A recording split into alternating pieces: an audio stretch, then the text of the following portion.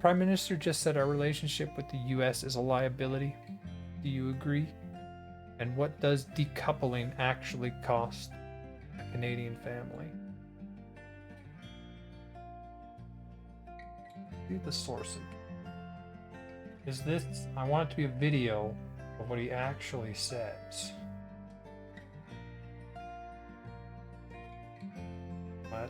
Let's see.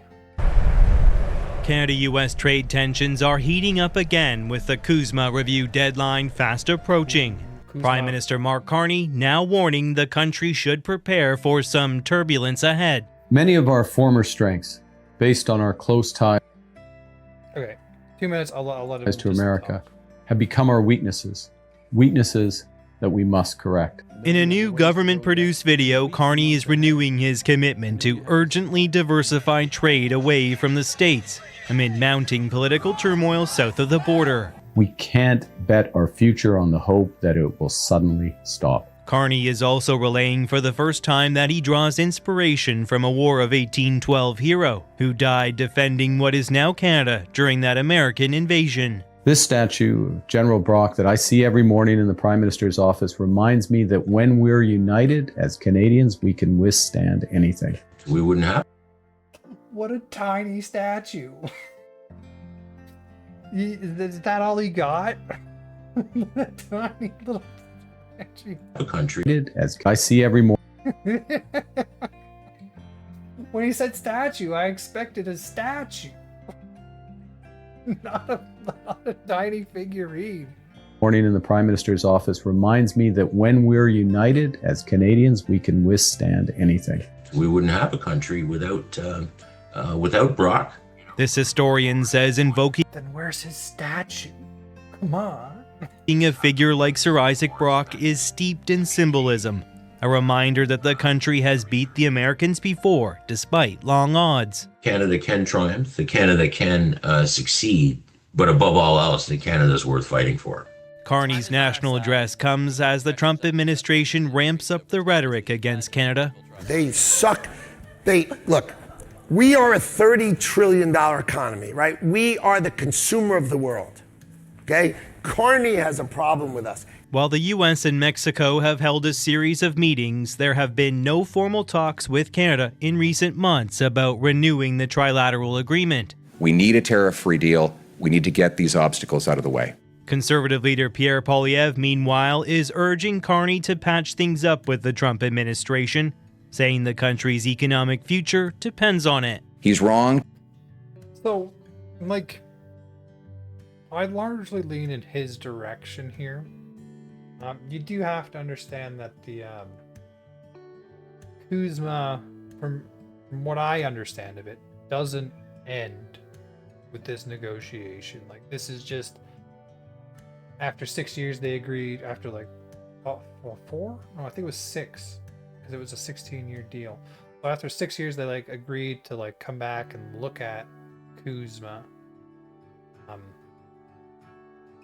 But it continues. The original deal was signed for 16 years.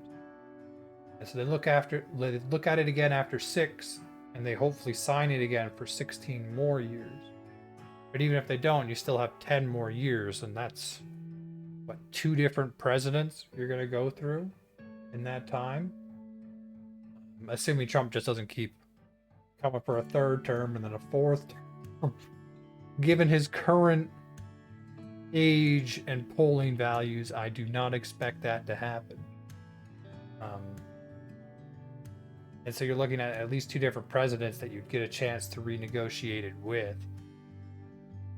I don't know. When I looked at the specifics of what the Americans didn't like, it all seemed minor. Like, the only thing I didn't really understand was dairy, cheese and dairy. I don't understand enough of that comment on, but everything else seemed like minor issue, honestly. To suggest that we can have a permanent rupture with our biggest customer.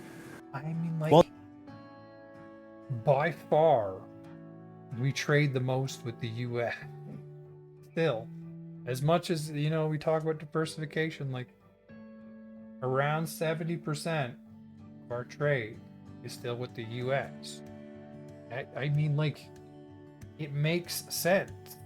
There, you can drive a truck across the border and trade.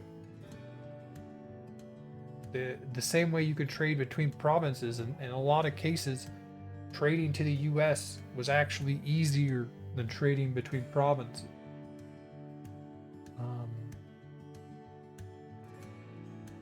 So it makes up a significant part of the economy. Taking inspiration from a wartime general who battled the Americans, the Prime Minister is still trying to bring about peace on the trade front. His point person on Canada-US relations, Minister Dominic LeBlanc, says bilateral conversations are happening behind the scenes, telling MPs late last week it's been a challenge to come to an agreement. And break down why this has been a challenge. What are the sticking points? I mean, this is kind of what Trump does, right? He's not gonna just sign the deal. Like, he's gonna drag it out. He's gonna use his negotiating tactics. I don't know if we'll even see a deal, like a new deal signed right away.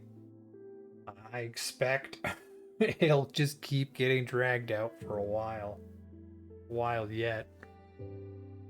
I imagine, like, he'll be pushed to, I don't know, because I could see, kind of depends on what goes on in Iran too. Like, if that strait is continued to be choked with oil, then he needs to like steady the oil market, and Canada is one of the bigger suppliers of oil. And so I could see them coming to a deal with that pressure in some way. But knowing Trump, he's going to drag it out time. And knowing Trump, he's going to drag it out for a long time. You're going to end up with a deal that's basically the same, and he'll call it a win. Well, the Trump administration is committed to those punishing tariffs on steel, autos, and lumber. Canada, in turn, is digging in on supply management, protecting the cultural sector, and that boycott on U.S. beer, wine, and spirits. American officials say finishing the... Like, that boycott was largely a provincial thing that's happened in response to steel and aluminum tariffs, from my understanding. And so these are things that, like, could just be negotiated away. Okay, let me hear all of his sticking points. Cultural sector, and that boycott on U.S. beer, wine, and spirits. American officials say finishing the CUSMA review by July 1st is increasingly unlikely. Ian? Cheap. Of course it is. There's no way they're gonna finish the review on time. Like, that's just how it's gonna be.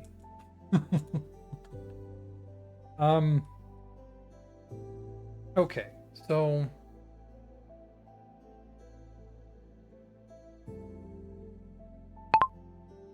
I've been hearing about the CUSMA review. What exactly is up for review? I thought the original deal went on for 16 years.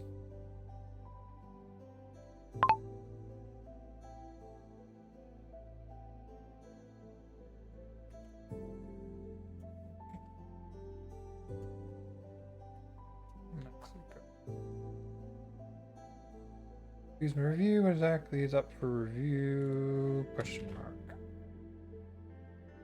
Years. Let's see if it can give us a little bit more. I also want to look at.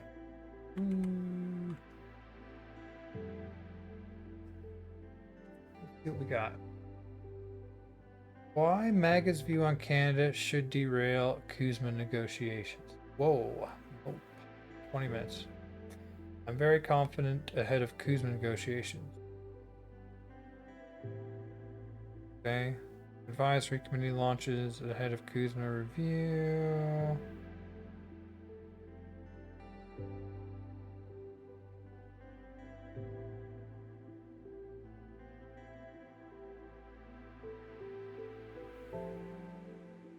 That sounds interesting. 1 day ago. The deadline is a lie. Here's the legal proof. Yeah, like they say there's a deadline. It's not really a deadline. They'll just continue to negotiate as long as, like, trying to get them in a room negotiating is hard, so you put a deadline in there. They ain't gonna get things done by the deadline. Canada fights back on steel, Trump's CUSMA trap, and what it means for 1,000 jobs. Okay. Canada current. What's the latest with CUSMA? Get insight.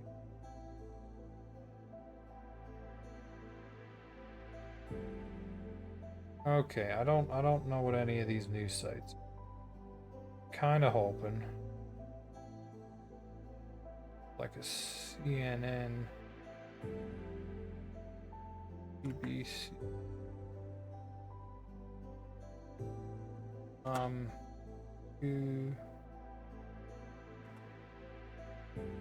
See what we can find. Trump claims he'll let CUSMA expire. That couldn't happen. That couldn't happen until 2026. Yeah. Are Canada-U.S. relations at a standstill until CUSMA review talk? Okay, let's hear this one.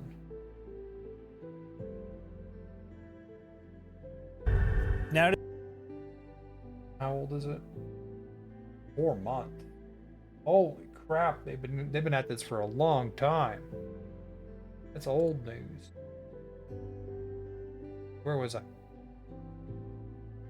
Here we go. I've been hearing about the CUSMA review. Okay.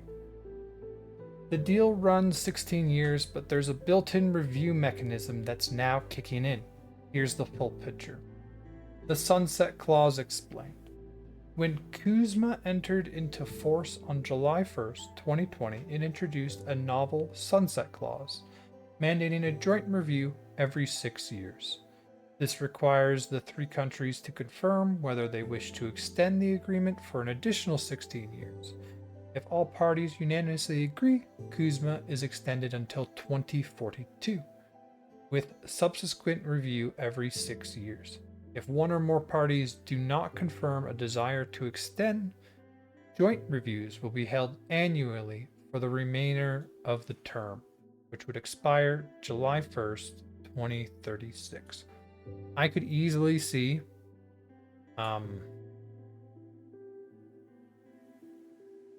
parties do not confirm a desire to extend. I could easily see Trump like stating that he doesn't want to extend because the joint review will be held annually. Like, this seems like something he would like to go through annually for some reason. But who knows? We'll see. Either way, the actual CUSMA expires July 1st, 2036. So, about 10 years away. So the 16-year expiry is still the endpoint, but this review at the 6-year mark is the first checkpoint to decide whether to lock in a fresh 16-year extension. If you don't lock in a 16-year extension, then there is annual reviews where you can lock in a 16-year extension. The 3 possible outcomes. Let's have a look. It boils down to a 3-way choice for the 3 countries. Renew the deal for another 16 years, withdraw from it, or sign or signal both non-renewal and non-withdrawal, which triggers an annual review that keeps negotiations going indefinitely. I don't see any of the countries withdrawing from it. Like, the thing is, when you created the CUSMA deal, you encouraged so much trade between the countries that withdrawing from it has a massive effect. Like, a complete withdrawal from the CUSMA deal will be a shock. Like, it'd be a horrible shock for Canada. It would also be a massive shock for the US. I do think Canada would feel the brunt of that, given how much, our trade goes south. But I don't think anyone's going to withdraw from it. I think, like, Trump is looking for concessions on it. But Trump was the one who negotiated the original CUSMA, right? Back in his last term. So, like, the free trade was beneficial to him, and it is beneficial to the United States. The thing with trade is that generally it is beneficial to both parties. Now, there are exceptions, like just complete free trade. There will definitely be negatives that you'll see. For example, the entire industrial sector going to China because of cheap labor. Free and open trade did that. There are negatives, but generally both sides, at least if they're near equal in standard of living, I guess you'd say, you generally see positive effects from trade, from open trade. This is why Canada explores. It's trying to at least explore free trade with Europe or the EU. From my understanding, they're trying to expand into that.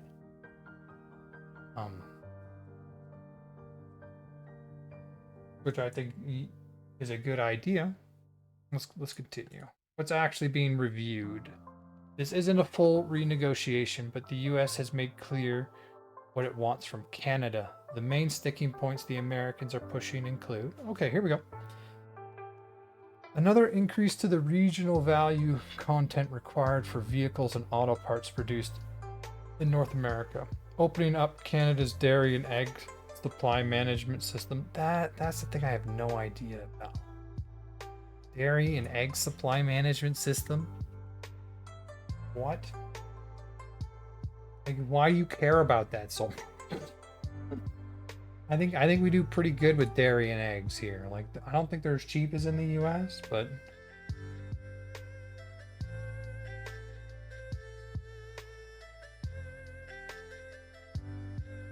I don't know. To more US imports and changing or removing the Online News Act along with other concessions relating to digital services.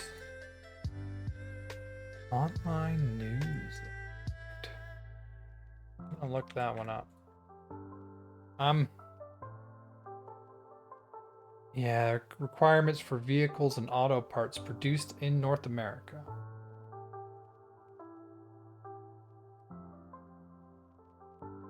Trump has also complained about the alleged subsidization of the softwood lumber sector and other non-tariff barriers, and U.S. Trade Representative Jameson Greer has raised issue with Canada's digital service tax and provincial bans on American alcohol sales.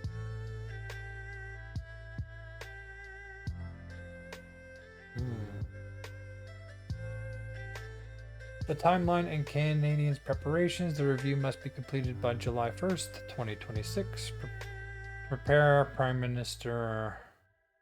Review must be completed. All that does is put it into another review the next year. Then continuously. To prepare, Prime Minister Carney announced a new 24-member advisory committee on Canada-US economic relations on April 21st. 2026. What do we know? Bottom line is a high stakes checkpoint, not a full renegotiation, but with Trump's aggressive trade posture, it could easily become one.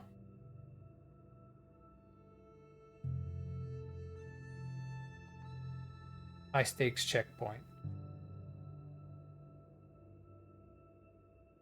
Okay. What is the Online News Act? They were bringing this up. The Online News Act, also known as Bill C-18, is a Canadian law that came into force in 2023. Here's a breakdown of what it is and why it matters. What it does. The Online News Act requires large digital platforms, primarily Google and Meta, to negotiate and pay Canadian news outlets for the news content that appears on their platforms. The idea is that when people share or find news articles through these platforms, the platforms profit from the engagement, but the news publishers who create the content see little of that revenue. This gets into the whole, like, a lot of news agencies, like the big ones, are experiencing like financial distress because they used to have people buying newspapers and buying subscriptions and stuff to their service, and we just see a lot less of that right now. I don't think this is necessarily bad, but I think it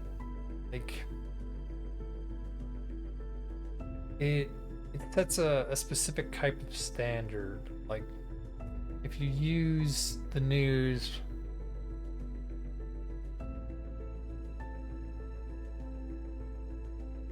I mean, I guess I don't know the specifics. Let's keep reading. I'm gonna save my whole decision on this for the end.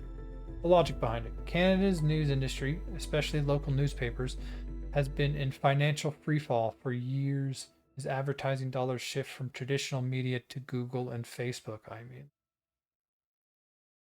it's just better to get news. That's how I get my news. Mostly. The act was designed to force a redistribution of some of that revenue back to Canadian journalism, helping to sustain local and independent news organizations. Is this the way to do it, though? What happened after it passed? The law triggered a fierce response from the platforms. Meta chose to block all news content for Canada's users on Facebook and Instagram entirely, meaning Canadians couldn't share or see news links on those platforms at all. Google initially threatened to do the same, but eventually reached a deal, agreeing to pay approximately $100 million per year to Canadian news publishers. I think Google did it the right way. Like, trying to pay for like something that the model you want to use is like how a show is licensed to be put on somewhere like Netflix, for example. Like, you own the rights to a show, you want to license it to put it onto one, and so you get a specific amount of money per year to do that. This is so much easier than trying to set up you would need like a content review system. Be like, oh, this is a video that featured news from this news outlet, so this amount of revenue goes to this news outlet. There's so much complicated there that you're going to get a lot of stuff to go wrong. So not only are you going to have a whole team to do this, you're then going to have people employed that their job is to look at the problems. Oh, this person's reporting they're not getting this, you got to look into this. Just lump sum it. Okay, we'll pay you $100 million a year. We'll distribute it to the publishers, the primary news publishers within your country, and that's that. And you don't gotta set up teams and pay the people. Why the US has a problem with it? The US views the Online News Act as discriminatory against American tech companies. As Google and Meta are the primary targets, I mean, that's just how people get their news. As you saw in the CUSMA discussion, U.S. Trade Representative Jamie Greer has specifically flagged it as trade irritant, and it's expected to be a pressure point on the CUSMA review. The Trump administration sees it as Canada unfairly penalizing U.S. digital firms. I mean, like, we don't have Canadian digital firms. That's the problem. Right? Like, I imagine they'd have done this to the Canadian firms too. It just, there isn't it. We use the American one. Where things stand now, the law remains on the books, though Canada's relationship with Meta on this front is still fractured. News links are still blocked on Facebook and Instagram in Canada. It's become a flashpoint, not just domestically, but now in the broader Canada-US trade tension, making it one of the more publicly compromised pieces of legislation Canada has to defend heading into the CUSMA review. Interesting. Like, this is the downside, right? That if you make it, like, if it costs too much, they'll just remove that aspect of the of their service, right? Like getting a deal like what you got with Google, but then the onus is on the government to set up the system to distribute that properly to news publishers in a way that allows good journalism, right?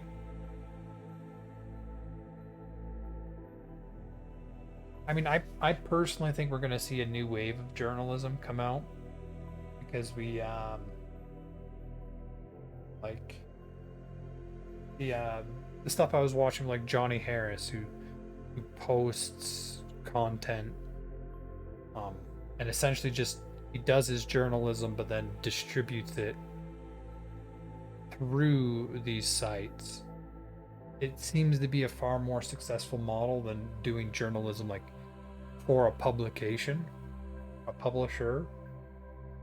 I think we're going to see a lot more of the small form publishers show up in just the current ecosystem. You're getting it so that you can't get news through Facebook and Instagram. I mean, I don't really use them a whole lot, but that sucks. That people not getting news.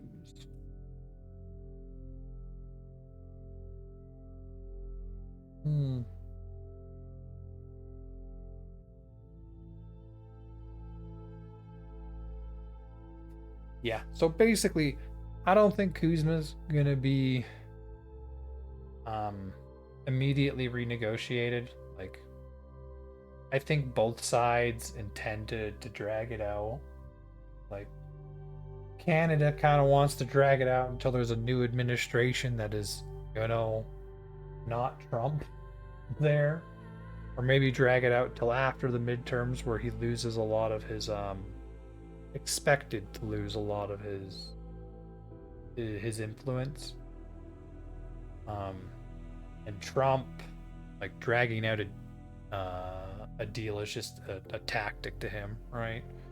There doesn't appear to be anything important about missing that date. You just trigger yearly reviews that'll keep happening.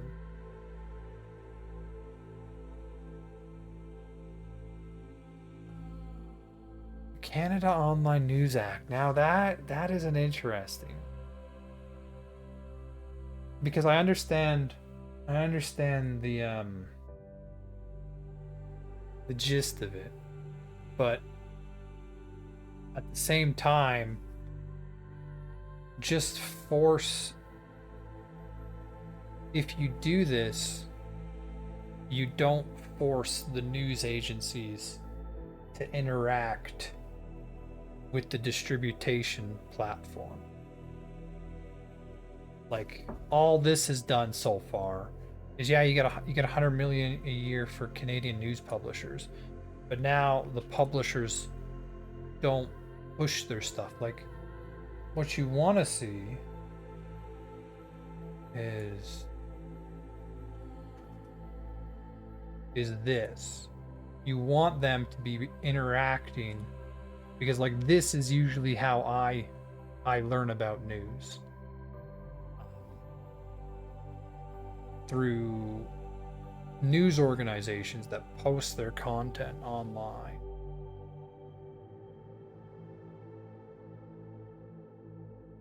So this is the direction you want them to go, because this is how, and they're saying you can't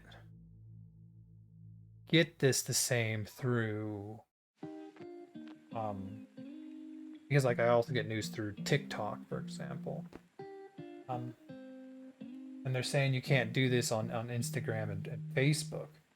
I mean, like, Facebook, from my understanding, is the biggest social media platform in Canada.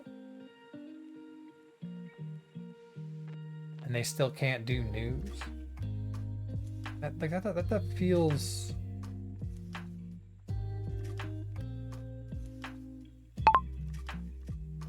So Facebook doesn't have any news-related content in Canada?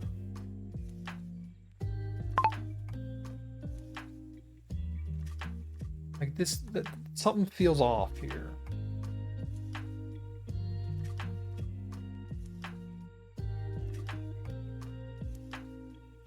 That's essentially correct, and it's been a real mess. Here's what the situation actually looks like. Does that mean that if... Because one of the things I was looking at is the content I create here. I'm looking for other places to put it in Facebook, and Facebook Live was it's on my list of things to really look into. But this is essentially a news show. Does that mean this content would not be allowed on Facebook? What Meta did in response to the Online News Act, content from global news outlets, including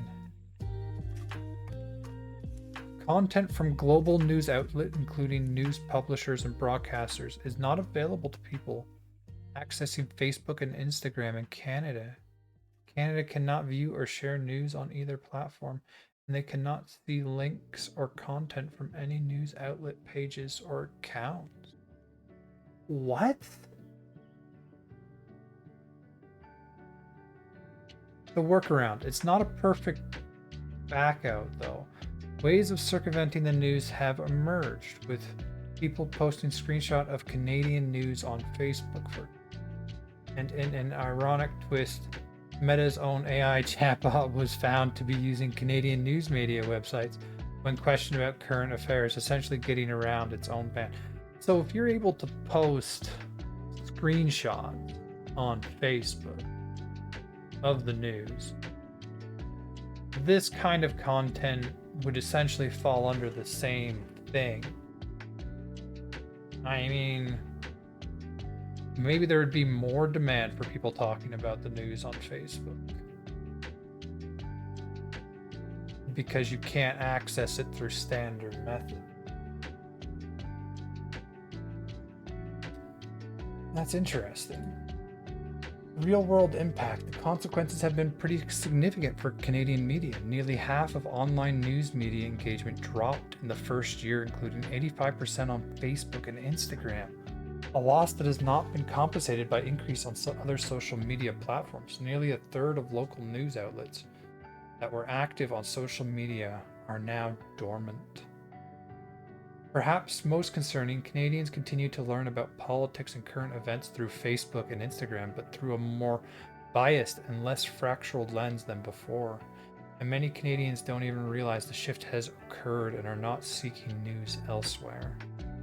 Where things stand now, as of January 2026, the Canadian federal government said it is in ongoing discussions with Meta to find a path forward so Canadians can access news online, with Canada indicating it's going to be flexible when it comes to the Online News Acts, but that the US won't be given a free hand to dictate how that flexibility plays out.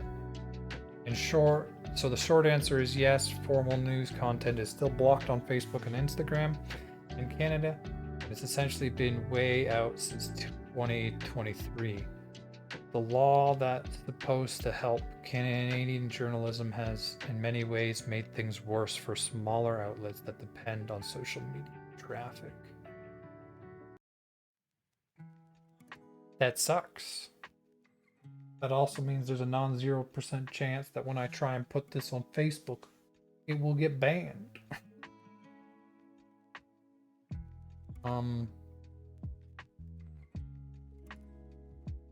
Yeah.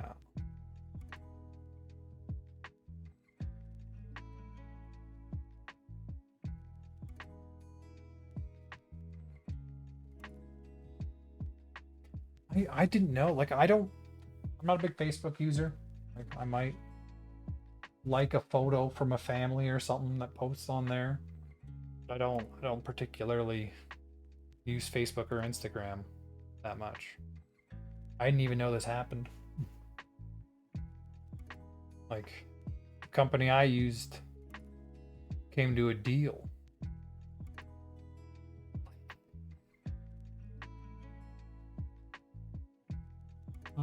That's hard. I don't think that's how you support journalism, though. Like, this is very tangibly affecting the reach of journalists. I think you just have to let journalism evolve with the time.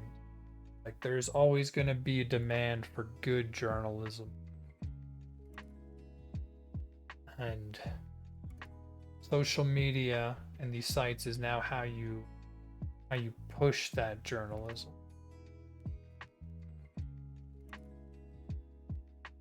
And so I think you have to let the medium evolve with the times.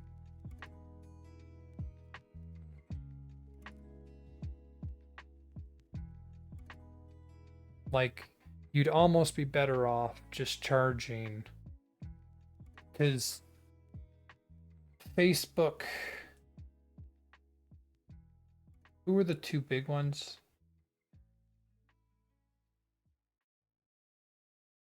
That they said?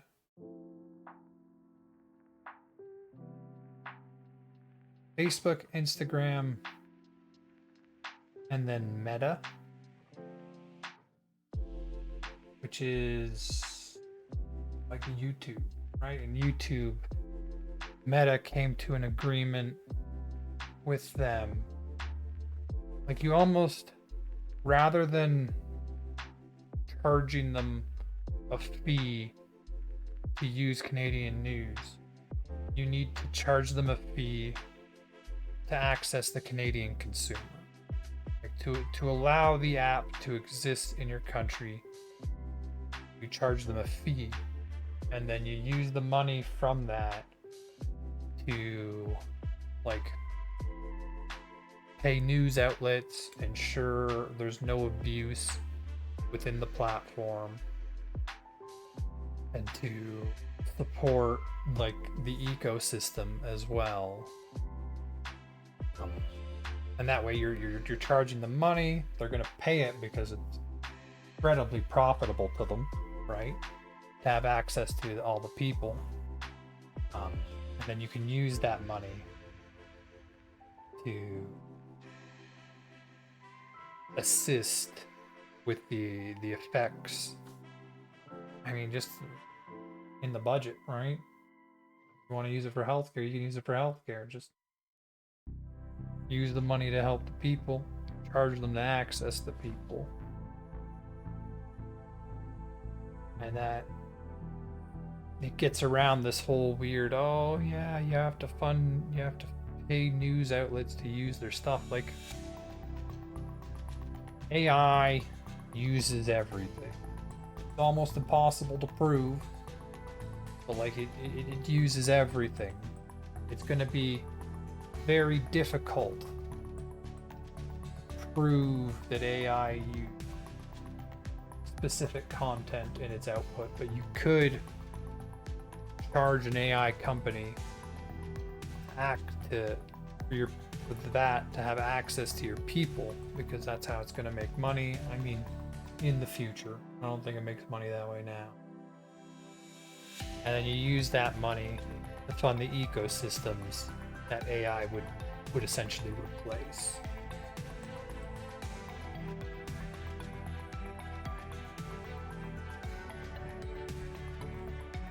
Well, we don't got to worry about that right now. I think they should change it to a different, like a different method, rather than stating it's rather than an online news act. Just create a fee to access the Canadian populace. Maybe like you can't. It would have to be like a profit-based fee rather than a base fee, because if you put a base fee in, then you prevent any other company from being able to access the market. But if it's like a percentage of profits that you have to give to the Canadian government to access people, that would make a lot more sense. And I think that would receive a lot less pushback than the Online News Act. And then you create a department that spends that funding to fund news agencies, mental health agencies, or any other services you need to help the people.